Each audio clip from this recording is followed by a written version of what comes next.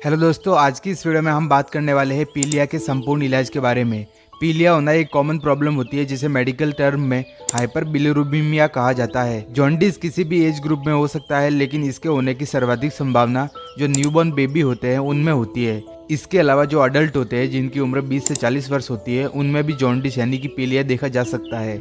जो बच्चे होते हैं जो न्यूबॉर्न होते हैं उनमें लीवर का प्रॉपर डेवलपमेंट नहीं हो पाता, जिसके कारण उसमें जॉन्डिस सबसे ज़्यादा देखने को मिलते हैं। बच्चों में होने वाले जॉन्डिस को हम नियोनेटल जॉन्डिस कहते हैं।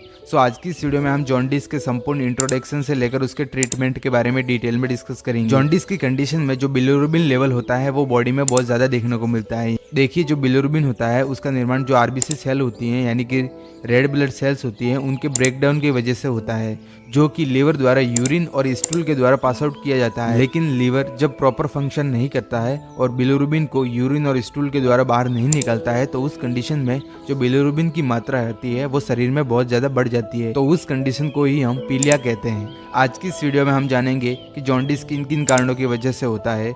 अगर किसी व्यक्ति में जॉन्डिस यानी कि पीलिया हुआ है तो उसमें क्या सिम्टम्स देखने को मिलते हैं और मेनली इसके ट्रीटमेंट के बारे में डिस्कस करेंगे। आज की इस वीडियो में अगर किसी व्यक्ति की जॉन्डिस होता है तो वहाँ डॉक्टर के पास जाता है, तो डॉक्टर द्वारा ऐसी कौन कौन सी मेडिसिन होती है, कौन कौन से ऐसे इंजेक्शन होते हैं जो प्रिस्क्राइब किए जाते हैं। उन इंजेक्शन उन मेडिसिन के पॉपुलर ब्रांड नेम के साथ साथ मेडिकल स्टोर पर ये इंजेक्शन किस नाम से मिलते हैं, उनमें क्या कंपोजिशन यानी कि उसमें क्या कंटेंट पाया जाता है और मेनली इसके डोज, यूजेज और साइड इफेक्ट के बारे में आज की इस वीडियो में डिस्कस करेंगे। सो वीडियो बहुत ही यूजफुल होने वाली है ऑल द मेडिकल स्टूडेंट जो गांव में प्रैक्टिस करते हैं, आरएमपी डॉक्टर है, उन सभी के लिए। सो आगे बढ़ने से पहले वीडियो को लाइक कर देना। चैनल पर अगर पहली बार विजिट कर रहे हो तो चैनल को प्लीज सब्सक्राइब कर देना। चलिए वीडियो को शुरू करते हैं और सबसे पहले अपन देखते हैं व्हाट इज जॉन्डिस यानी कि पीलिया क्या होता है। उसका जनरल इंट्रोडक्शन हम सबसे पहले हिंदी और इंग्लिश भाषा में आसान शब्दों में समझने वाले हैं।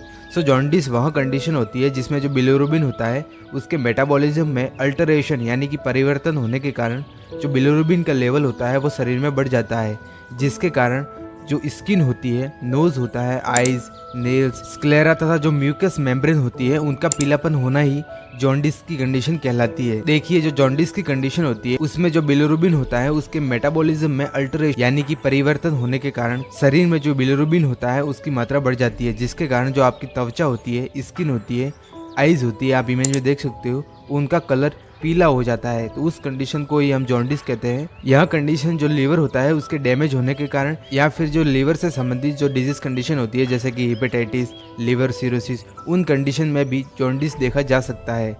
चलिए वीडियो में आगे बढ़ते हैं और आगे अपन डिस्कस करते हैं नॉर्मल बिलिरुबिन लेवल यानी कि जो अपनी बॉडी होती है, अपना शरीर होता है, उसमें नॉर्मल जो बिलिरुबिन का लेवल होता है वो क्या होता है उसको हम समझने वाले हैं। तो सबसे पहले जो हमारा टोटल बिलिरुबिन लेवल होता है वो 0.2 से 1.0 mg/dl होता है, जिसमें जो डायरेक्ट बिलिरुबिन लेवल होता है वो 0.1 से 0.4 mg/dl होता है और जो इनडायरेक्ट बिलिरुबिन लेवल होता है वो 0.2 से 0.7 mg/dl होता है। जब किसी व्यक्ति के जो टोटल बिलिरुबिन लेवल होता है वो 3 mg/dl से अधिक हो जाता है तो उस कंडीशन को ही हम जॉन्डिस यानी कि उस कंडीशन को ही हम पीलिया कहते हैं। जो बिलिरुबिन होता है उसका निर्माण जो आरबीसी सेल्स होती है जो हमारी रेड ब्लड सेल्स होती है उनके ब्रेकडाउन यानी कि उसके टूटने की वजह से जो बिलिरुबिन होता है उसका निर्माण होता है, जो कि लीवर के द्वारा यूरोबिलिनोजन के रूप में यूरिन के साथ तथा स्टेरकोबिलिनोजन के रूप में जो स्टूल होता है उसके साथ पास आउट किया जाता है। लेकिन जब लीवर से संबंधित कोई डिजीज कंडीशन होती है जैसे कि liver cirrhosis, fatty liver, hepatitis, तो उस कंडीशन में जो लीवर होता है वो प्रॉपर फंक्शन नहीं करता है तथा जो बिलिरुबिन होता है उसको एक्सक्रेट यानी कि बॉडी से बाहर नहीं निकालता है। तो उस कंडीशन में जो बिलिरुबिन का लेवल होता है वो बॉडी में 3 mg/dl से अधिक हो जाता है। तो उस कंडीशन को ही हम मेडिकल टर्म में हाइपर बिलिरुबिमिया या फिर जॉन्डिस के नाम से जानते हैं। आप इमेज में देख सकते हो ये एक जॉन्डिस की कंडीशन है जिसमें आप नॉर्मल फेस देख सकते हो और एक अब नॉर्मल फेस देख सकते हो। यह कंडीशन पीलिया की कंडीशन में देखने को मिलती है, जिसमें जो स्किन होती है उसका कलर येलो यानी कि पीलापन हो जाता है। इसके साथ साथ जो आईज होती है यानी कि जो हमारी आंख होती है, नेल्स होती है, उनका भी कलर चेंज हो जाता है। नेक्स्ट वीडियो में आगे बढ़ते हैं और आगे अपन डिस्कस करते हैं LFT रिपोर्ट के बारे में यानी कि लीवर फंक्शन टेस्ट। जो हमारी जॉन्डिस की कंडीशन होती है उसका हम पता लगाने के लिए डॉक्टर द्वारा LFT की जाती है, यानी कि लीवर फंक्शन टेस्ट। इस टेस्ट में आप आसान शब्दों में समझने वाले हो सो आप देख सकते हो इस टेस्ट में जो टोटल बिलिरुबिन लेवल होता है वो 6.88 mg/dl हुआ है, जो कि नॉर्मल से बहुत ज़्यादा हाईएस्ट देखने को मिलता है। इसके अलावा जो डायरेक्ट बिलिरुबिन लेवल होता है और जो इनडायरेक्ट बिलिरुबिन लेवल होता है वो भी हाई देखने को मिलता है। इसके अलावा जो SGPT और SGOT भी इसकी भी वैल्यू बहुत ज़्यादा हाई देखने को मिलती है। जब किसी व्यक्ति के लीवर का सीवियर इन्फ्लामेशन हो जाता है तो उस कंडीशन में जो SGPT और SGOT की जो मात्रा है वो बहुत ज़्यादा बढ़ जाती है, आप इमेज में देख सकते हो। नेक्स्ट वीडियो में आगे बढ़ते हैं और आगे अपन डिस्कस करते हैं कॉजेज ऑफ जॉन्डिस, यानी कि पीलिया होने के क्या क्या कारण होते हैं। उन कारणों को हम एक एक करके डिटेल में डिस्कस करेंगे। तो सबसे पहले जो हमारा मोस्ट कॉमन कोज होता है जो अडल्ट में सबसे ज्यादा पीलिया उत्पन्न करता है वो होता है हेपेटाइटिस। हेपेटाइटिस एक डिजीज कंडीशन होती है जो कि वायरल इन्फेक्शन है। यहाँ हेपेटाइटिस वायरस द्वारा होती है। जो वायरस लीवर की जो हेल्दी सेल्स होती है उनको डैमेज करता है तथा लीवर का इन्फ्लामेशन कोज करता है, तो इसके कारण सबसे ज्यादा पीलिया देखने को मिलता है। इसके अलावा प्रेगनेंसी, जो महिला गर्भावस्था में है यानी कि प्रेग्नेंट है तो उनमें भी पीलिया हो सकता है। इसके अलावा पेनक्रियाटाइटिस, अगर किसी व्यक्ति में पेनक्रियाज का इन्फ्लामेशन हो गया है किसी बैक्टीरियल इन्फेक्शन के कारण तो उस कंडीशन में भी पीलिया हो सकता है। इसके अलावा ड्यूडिनल अल्सर, आप इमेज में देख सकते हो ये होता है ड्यूडिनल अल्सर। अगर ड्यूडिनम में छालों का निर्माण हुआ है तो उस कंडीशन में भी पीलिया हो सकता है। इसके अलावा बिलियरी सिरोसिस, यानी कि हमारी जो बिलियरी डक्ट होती है उनका अगर ऑब्स्ट्रक्शन के कारण इन्फ्लामेशन हो गया है या फिर सीवियर ऑब्स्ट्रक्शन हो गया है तो उस कंडीशन में भी जॉन्डिस हो सकता है। इसके अलावा भी कुछ रिस्क फैक्टर होते हैं जिनकी वजह से पीलिया हो सकता है, जैसे कि किडनी स्टोन, अगर किसी व्यक्ति में पथरी का निर्माण हुआ है तो भी पीलिया हो सकता है। इसके अलावा लीवर ट्यूमर, लीवर में अगर किसी प्रकार की गांठ का निर्माण हुआ है वह कंजेनाइटल भी हो सकती है और एक्वायर्ड भी हो सकती है, तो उसके कारण भी पीलिया हो सकता है। इसके अलावा एल्कोहलिज्म, अगर कोई व्यक्ति अत्यधिक मात्रा में शराब का सेवन करता है तो उस कंडीशन में भी उसका लीवर डैमेज हो जाता है। जो अल्कोहल होता है जो लीवर की हेल्दी सेल्स को डैमेज करता है तो इसके कारण भी पीलिया हो सकता है। इसके अलावा लीवर सिरोसिस, जो लीवर सिरोसिस डिजीज कंडीशन होती है वह लीवर की एक प्रोग्रेसिव डिजेनरेटिव डिजीज कंडीशन होती है जिसमें जो लीवर की हेल्दी सेल्स होती है वो डैमेज होने लग जाती है तथा लीवर का सीवियर इन्फ्लामेशन हो जाता है, जिसके कारण जो फैटी लीवर की कंडीशन होती है वो डेवलप हो जाती है। इसके अलावा जो सिस्टिक फाइब्रोसिस डिजीज कंडीशन होती है, अगर किसी व्यक्ति में सिस्टिक फाइब्रोसिस है तो उस कंडीशन में भी उसके अंदर पीलिया होने की संभावना बहुत ज्यादा बढ़ जाती है। नेक्स्ट वीडियो में आगे बढ़ते हैं और आगे अपन डिस्कस करते हैं सिम्टम्स ऑफ जॉन्डिस, यानी कि पीलिया की कंडीशन में व्यक्ति के अंदर कौन कौन से ऐसे लक्षण दिखाई देते हैं। उन लक्षणों को हम एक एक करके डिटेल में डिस्कस करेंगे। तो सबसे पहले जो हमारे मोस्ट कॉमन सिम्टम होते हैं वो होते हैं स्किन, स्क्लेरा तथा जो म्यूकस मेम्ब्रेन होती है उनका पीलापन होना। जो हमारी स्किन होती है, आप इमेज में देख सकते हो, स्किन तथा स्क्लेरा का जो कलर होता है वो येलो हो जाता है। इसके अलावा एनोरेक्सिया, यानी कि व्यक्ति को भूख नहीं लगती, मेलेस यानी कि व्याकुलता, फटीग्यू यानी कि व्यक्ति को थका थका महसूस होना, अत्यधिक थकान महसूस होना, काले कलर का स्टूल पास आउट होना, आप इमेज में देख सकते हो। इसके अलावा डार्क कलर का जो यूरिन होता है उसका पास आउट होना। इसके अलावा वीकनेस, अगर कोई व्यक्ति को एनोरेक्सिया जैसी कंडीशन होती है तो उस कंडीशन में भी ऑब्वियसली बात है कि उसको कमजोरी महसूस होगी। इसके अलावा प्यूरिटाइटिस, यानी कि व्यक्ति को खुजली चलती है, वेट लॉस होता है यानी कि वजन में कमी होती है, रेस्टलेसनेस यानी कि बेचैनी तथा जो इरिटेशन वाली जो समस्या होती है यानी कि चिड़चिड़ापन वाली जो समस्या होती है वो व्यक्ति के अंदर देखने को मिलती है। आगे इसके ट्रीटमेंट के बारे में डिटेल में डिस्कस करेंगे। नेक्स्ट वीडियो में आगे बढ़ते हैं और आगे अपन डिस्कस करते हैं डायग्नोस्टिक टेस्ट ऑफ जॉन्डिस, यानी कि पीलिया की कंडीशन का पता लगाने के लिए डॉक्टर द्वारा ऐसे कौन कौन से इन्वेस्टिगेशन किए जाते हैं उनको हम एक एक करके डिटेल में डिस्कस करेंगे। तो सबसे पहले जो हमारा डायग्नोस्टिक टेस्ट होता है वो होता है LFT, यानी कि लीवर फंक्शन टेस्ट। हम LFT करवा के भी जो जॉन्डिस जैसी कंडीशन होती है उसका पता लगा सकते हैं। LFT में हम सीरम बिलिरुबिन लेवल को चेक कर सकते हैं, जिसमें हम डायरेक्ट और इनडायरेक्ट बिलिरुबिन लेवल उसकी मात्रा को चेक करके हम जॉन्डिस की कंडीशन का पता लगा सकते हैं। इसके अलावा क्लिनिकल फीचर्स, जो पेशेंट के अंदर जो लक्षण दिखाई देते हैं जैसे कि म्यूकस मेम्ब्रेन का पीलापन, नोज, नेल्स, आइज का पीलापन, उनको देखकर भी हम जॉन्डिस की कंडीशन का पता लगा सकते हैं। इसके अलावा हम LFT में SGOT और SGPT की मात्रा को पता लगा सकते हैं। ब्लड टेस्ट में हम CBC करवा सकते हैं जिसमें हम HB का पता लगा सकते हैं। इसके अलावा हम लीवर बायोप्सी यानी कि लीवर के अंदर का सैंपल कलेक्शन करने के बाद भी हम जॉन्डिस का पता लगा सकते हैं। इसके अलावा USG यानी कि अल्ट्रासोनोग्राफी करने के बाद भी हम जॉन्डिस का पता लगा सकते हैं। नेक्स्ट वीडियो में आगे बढ़ते हैं और आगे अपन डिस्कस करते हैं ट्रीटमेंट ऑफ जॉन्डिस, यानी कि पीलिया की कंडीशन में डॉक्टर द्वारा कौन कौन सी ऐसी मेडिसिन इंजेक्शन को प्रिस्क्राइब किया जाता है, उन मेडिसिन के पॉपुलर ब्रांड नेम के साथ साथ मेडिकल स्टोर पर किस नाम से मिलती है, उसमें क्या कंटेंट पाया जाता है और मेनली इसके यूजेस और डोज के बारे में बात करने वाले हैं। सो आगे बढ़ने से पहले मैं आप सब लोगों को बता दूं कि मेरे द्वारा जितने भी मेडिसिन इंजेक्शन की जानकारी प्रोवाइड की जाएगी वो सिर्फ एजुकेशन पर्पज़ से है। आप किसी भी टैबलेट या फिर इंजेक्शन का उपयोग खुद की मर्जी से ना करें। सो चलिए वीडियो को शुरू करते हैं। सबसे पहले जो हमारी टैबलेट होती है वो होती है हिपामर्ज टैबलेट। हिपामर्ज टैबलेट और इंजेक्शन फॉर्म में दोनों में ही अवेलेबल होती है। हिपामर्ज इसका मोस्ट पॉपुलर ब्रांड नेम होता है जो कि मेडिकल स्टोर पर और हॉस्पिटल में आपको आसानी से मिल जाएगी। बात करें इसके कंपोजिशन के बारे में यानी कि कंटेंट के बारे में, तो इसमें ऑर्निथिन एल एस्पिरेट नामक जो कंटेंट होता है वो प्रेजेंट रहता है। इस टैबलेट के उपयोग के बारे में देखिए तो इस टैबलेट का उपयोग रीजनरेट डैमेज लीवर सेल्स यानी कि जो सेल्स लीवर के इन्फ्लामेशन के कारण जो डैमेज हुई है उनको रीजनरेट करने के लिए सबसे ज़्यादा उपयोग में ली जाने वाली टैबलेट जो हिपामर्ज टैबलेट होती है उसका डॉक्टर द्वारा प्रिस्क्राइब किया जाता है। इस टैबलेट के डोज के बारे में डिस्कस करें तो इसकी जो 100 mg की टैबलेट होती है जो अडल्ट में बीडी में प्रिस्क्राइब की जाती है, यानी कि दिन में 2 बार सुबह और शाम इस टैबलेट को खाना खाने के बाद लेना होता है। नेक्स्ट वीडियो में आगे बढ़ते हैं और अगली जो हमारी टैबलेट होती है वो होती है न्यूरोकिन गोल्ड इंजेक्शन। न्यूरोकिन गोल्ड इंजेक्शन एक मोस्ट पॉपुलर इंजेक्शन होता है जो कि जॉन्डिस की कंडीशन में उपयोग में लिया जाता है। देखिए, जो जॉन्डिस के सामान्य मामले होते हैं उनमें किसी भी प्रकार के ट्रीटमेंट की आवश्यकता नहीं होती है, वह अपने आप सही हो जाते हैं। लेकिन अगर जॉन्डिस के सीवियर केस होते हैं तो उस कंडीशन में पेशेंट को हॉस्पिटल में एडमिट करवाना होता है, जिसमें सिम्टोमेटिक जो ट्रीटमेंट होता है वो पेशेंट को दिया जाता है। अगला जो हमारा इंजेक्शन है उसका नाम होता है न्यूरोकिन गोल्ड इंजेक्शन। आप इमेज में देख सकते हो न्यूरोकिन गोल्ड इसका मोस्ट पॉपुलर ब्रांड नेम होता है जो कि मेडिकल स्टोर पर और हॉस्पिटल में आपको आसानी से मिल जाएगा।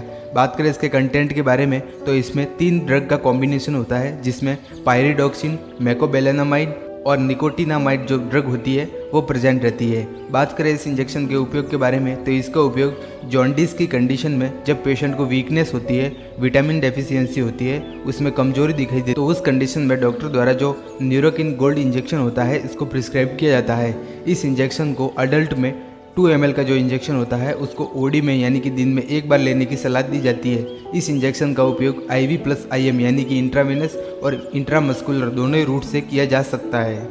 नेक्स्ट हम एक एंटीबायोटिक इंजेक्शन के बारे में डिस्कस करेंगे जिसका उपयोग बैक्टीरियल इन्फेक्शन को ट्रीट करने के लिए किया जाता है। जो जॉन्डिस की कंडीशन होती है उस डॉक्टर द्वारा प्रिस्क्राइब किया जाता है। उस इंजेक्शन का नाम होता है डी-क्लेव इंजेक्शन। आप इमेज में देख सकते हो डी-क्लेव इसका मोस्ट पॉपुलर ब्रांड नेम होता है। 1.2 ग्राम का ये इंजेक्शन होता है और डी-क्लेव इसका मोस्ट पॉपुलर ब्रांड नेम होता है जो कि मेडिकल स्टोर पर और हॉस्पिटल में आपको आसानी से मिल जाएगा।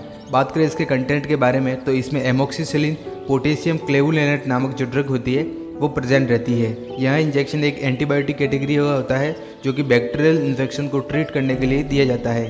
जो जॉन्डिस जैसी कंडीशन होती है उसमें व्यक्ति को सेकेंडरी डिजीज कंडीशन से प्रिवेंट करने के लिए भी इस इंजेक्शन का उपयोग किया जाता है। इस इंजेक्शन के डोज के बारे में डिस्कस करें तो अडल्ट में इसका डोज 1.2 ग्राम का जो इंजेक्शन होता है उससे बीडी में प्रिस्क्राइब किया जाता है, यानी कि दिन में 2 बार सुबह और शाम इस इंजेक्शन को लगाया जाता है। इस इंजेक्शन को डिस्टिल वाटर में डाइल्यूट करके IV रूट यानी कि इंट्रावेनस रूट द्वारा इस इंजेक्शन को लगाया जाता है। नेक्स्ट वीडियो में आगे बढ़ते हैं और अगला जो हमारा इंजेक्शन है जो कि जॉन्डिस की कंडीशन में उपयोग किया जाता है उसका नाम होता है पेंटॉप इंजेक्शन।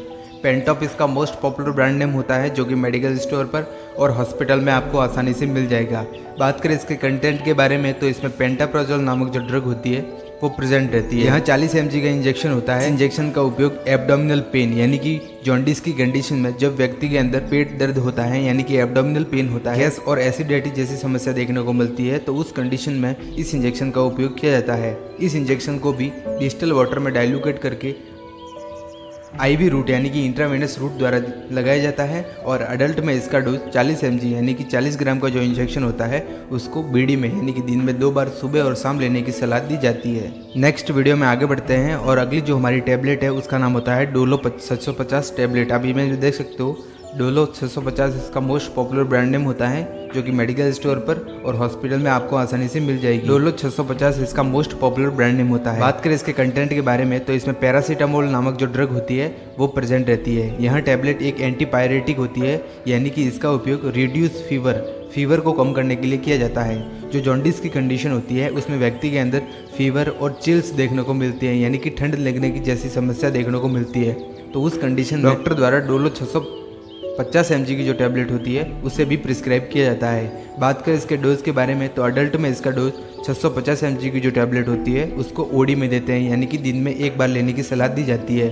चिल्ड्रन में इसका dose according to doctor order देना होता है। नेक्स्ट वीडियो में आगे बढ़ते हैं और अगली जो हमारी टैबलेट है उसका नाम होता है एल्सिन ओजेड टैबलेट।